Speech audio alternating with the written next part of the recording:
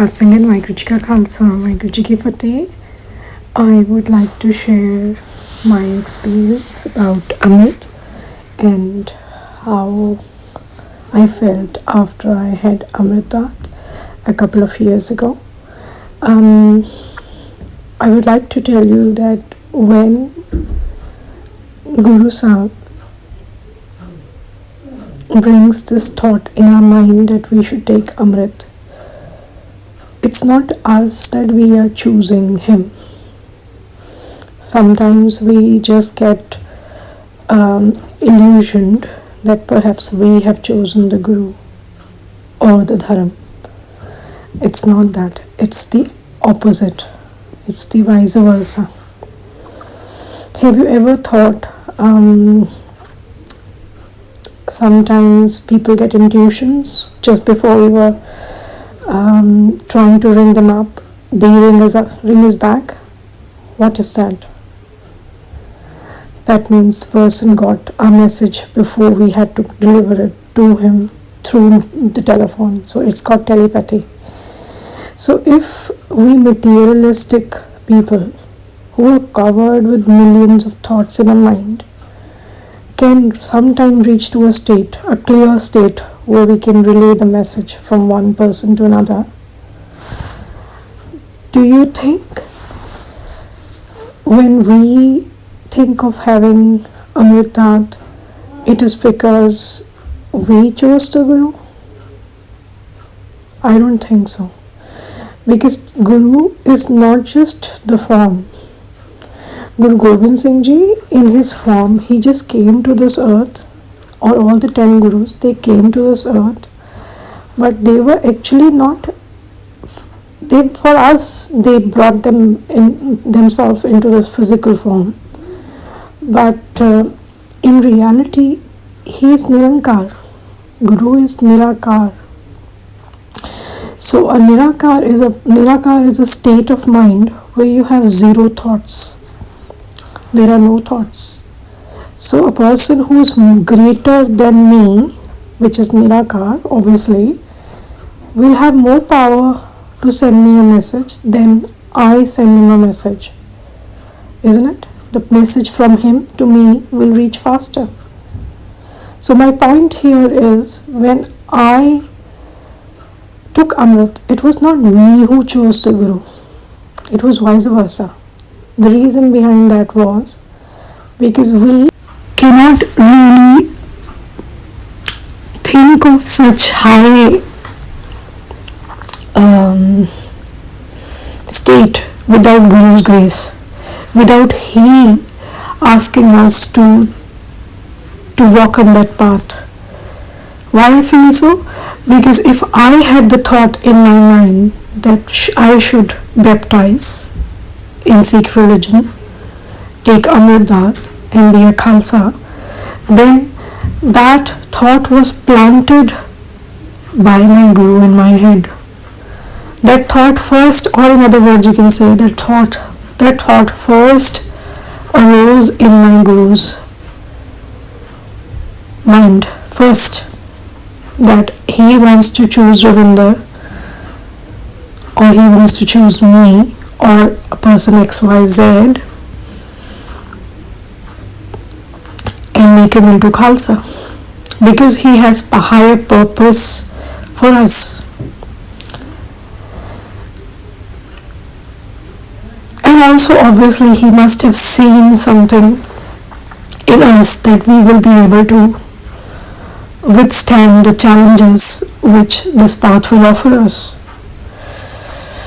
And I feel really fortunate, regardless whether he chose me or I chose him.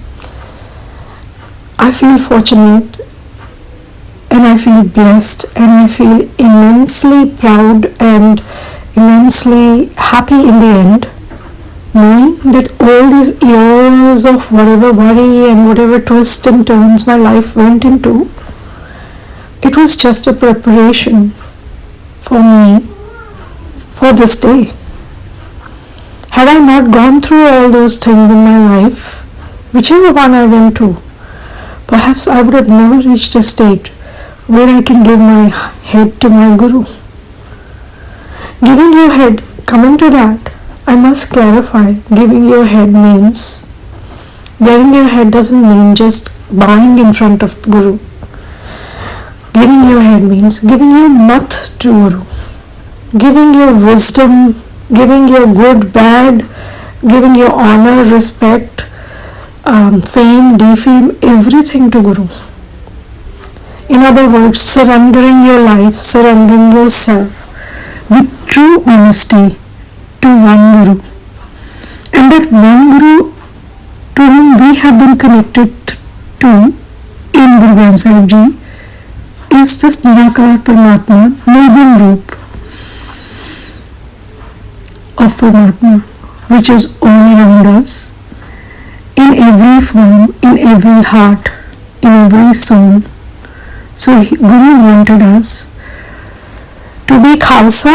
Khalsa means who's pure, who's pious, who follows certain character and certain rehat maryada in his life.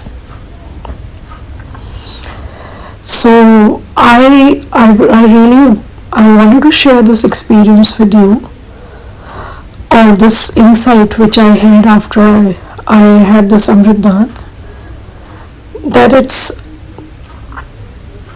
is Guru who chose me, not the other way around. So therefore I really feel pleased, I feel good, and I feel that now it's my responsibility.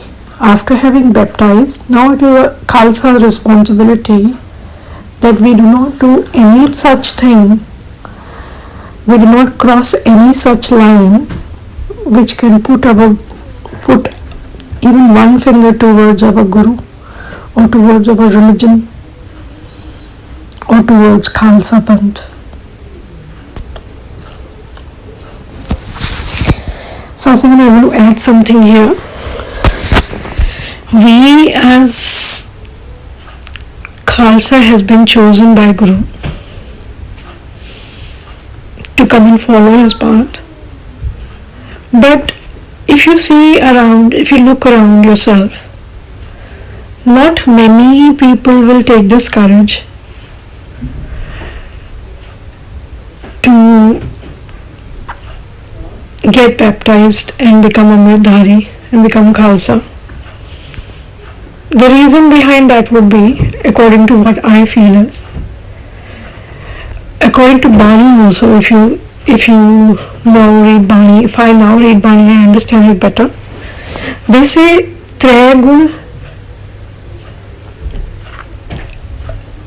Sansar Sutta, Sutya Rayan Vihari. Meaning all of us, we are constantly in, Traguna is Rajo, Tamo and Sato. There are three essential qualities of Maya, Rajo, Tamo and Sato. Actually these three are determine the quality of our thought. If our quality of our thought is like we are in Dukam, Krodh, Lobh, Moh, Ahankar, meaning we are always fighting, or we are always lusting, we are always greedy or something, then we are actually wandering in Tamogun. If we are always kind and always donating money and helping people and building temples and doing good deeds, seva, etc., then we are just in Satogun. Okay? So that is also one of the qualities of Maya. And in the middle there is Rajogun. Rajogun means when you are always hoping to do better in your life, or you're always in your past or in your future, you're wishing and all that. So that is called like Asha, Trishna, Vilasha. If you're in that kind of thought process is going towards that kind of quality, then that is Rajogun. So out of the three, you can see the highest is Satogun. Satogun, regardless of whether it is good or bad, forget about all these three qualities, the thing is, in Bani they say that all these qualities, as long as you have some kind of thoughts in your mind, it can be Rajo, Tamo or Sato, it doesn't matter, you will still come back to take another birth, and you will always be coming back, taking birth and going back, and in other words, we won't be able to come out of this cycle unless we draw ourselves out of all these three qualities and rise all above that and think of Nirakar Paramatma, which is Chautha Pad, which is fourth state, which is where one does not have any kind of thought, and one is supposed to be in Sahaj Avastha, because there you have zero state, zero mind, zero thought, and in other words you are one with Nirakar Paramatma. Right? So that Sahaj Avastha also, I'll make another audio about that. But right now I just want to make this point, add this point to the last audio, that we, until the time I did not go and baptize myself and become one with Guru, I was like many other people, was just doing our normal daily survival things, raising kids, having a job, or doing job or something, anything you do here in this world is just related to, even you would be surprised, even the karam kands, the good karam kands we do, they all come under Satogun, so they are also part of these three qualities. So once we are involved in some kind of karam kand, good or bad, we are in Rajo, Tamo or Satogun, right? So that means we have not risen above these three qualities and become one with Nirakar, or have attained Sahaj Avastha.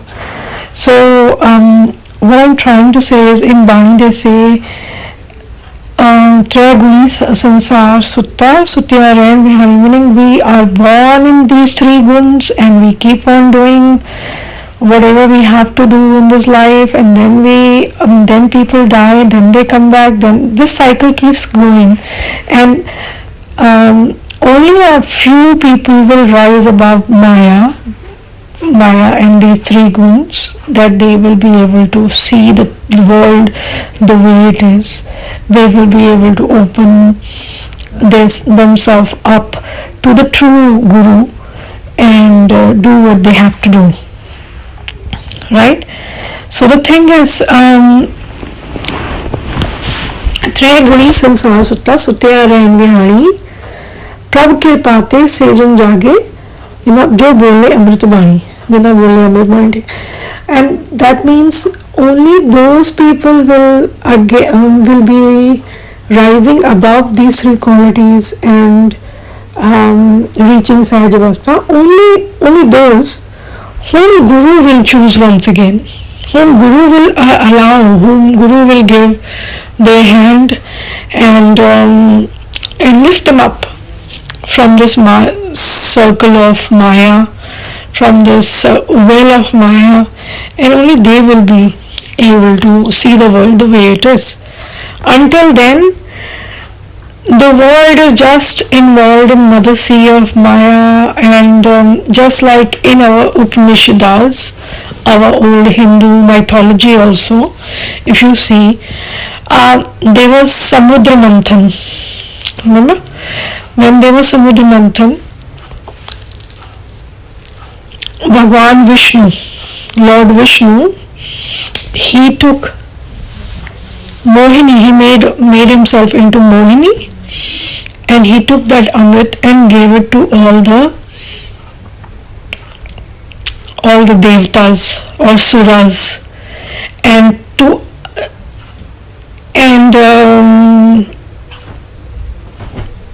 the Asuras, the demons, they just took Maya, they took Sansar. So in other words, what I'm trying to say is that unless it is Guru who wants you to take you out of this Maya or this Chalava, this Mohini Maya, unless Guru doesn't want you to come out of it, one cannot come out of it. Even big, yogis, sati, jatis, after praying so much, they have been lured by Maya in some form. Because Maya has got endless forms. Even Riddhi Siddhi is also Maya. So unless the Guru himself bestows his Sikhs or his people that they should be able to see the world the way the world exists, nobody can see it. Nobody would be able to see it. So therefore it is very important for one to take Amrit Daat and have that extra hand, the help which the Guru can only lend by giving his grace, by giving his wisdom, that one can see the world the way it is. And once we see the world the way it is, we are able to think and act according to our new priorities. You would be surprised that your priorities suddenly change. Because now you are in a different world. Earlier you wanted different things for your family, for your kids and everything. Now you want different things because now you have seen something, you've tasted something higher, and you want that for your family or people around you, and you see very differently, yeah. But here I've also seen one thing, then a state comes where you don't want anything also. Because you are now even higher than that. You do not want anything now. You just want to go with the Guru's will. Even for your family, for your kids, you just leave everything to him because now you trust him so badly, so much that you just in Sahaj Avastha. You are unmoved. You are complete. In other words, I can say. So here it is. Here is the story of Amrit Daat. Once again, I'll leave you all with this thought, Sadhsangat. I'm sharing all this with you so that I can tell you that I'm still walking on that path. I still need your blessings. I still need your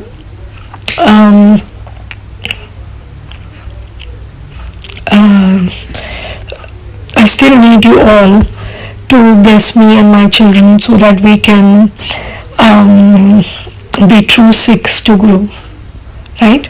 Because there is no end to it. I am not saying that a person who has taken Amrit is higher and the other ones are lower. No, that is also in Guru's Bana. Whatever is happening, it is happening in Guru's Bana. Because Guru's Bana is every time it is all good. Because people will reach there eventually when they have to get there. But this is my story. This is what I felt after I took the Amrit Daat. Okay. Waheguruji khalsa, Waheguruji fatehji. Waheguruji, thank you so much for listening and being there patiently. Kindly comment if you do have some special experiences similar to what I had to discuss, or to give me some feedback. I would look forward to your comments, and kindly subscribe, like and share the video so that the message of Guru can reach others. Thank you. Waheguruji ka khalsa, Waheguruji ki fateh ji.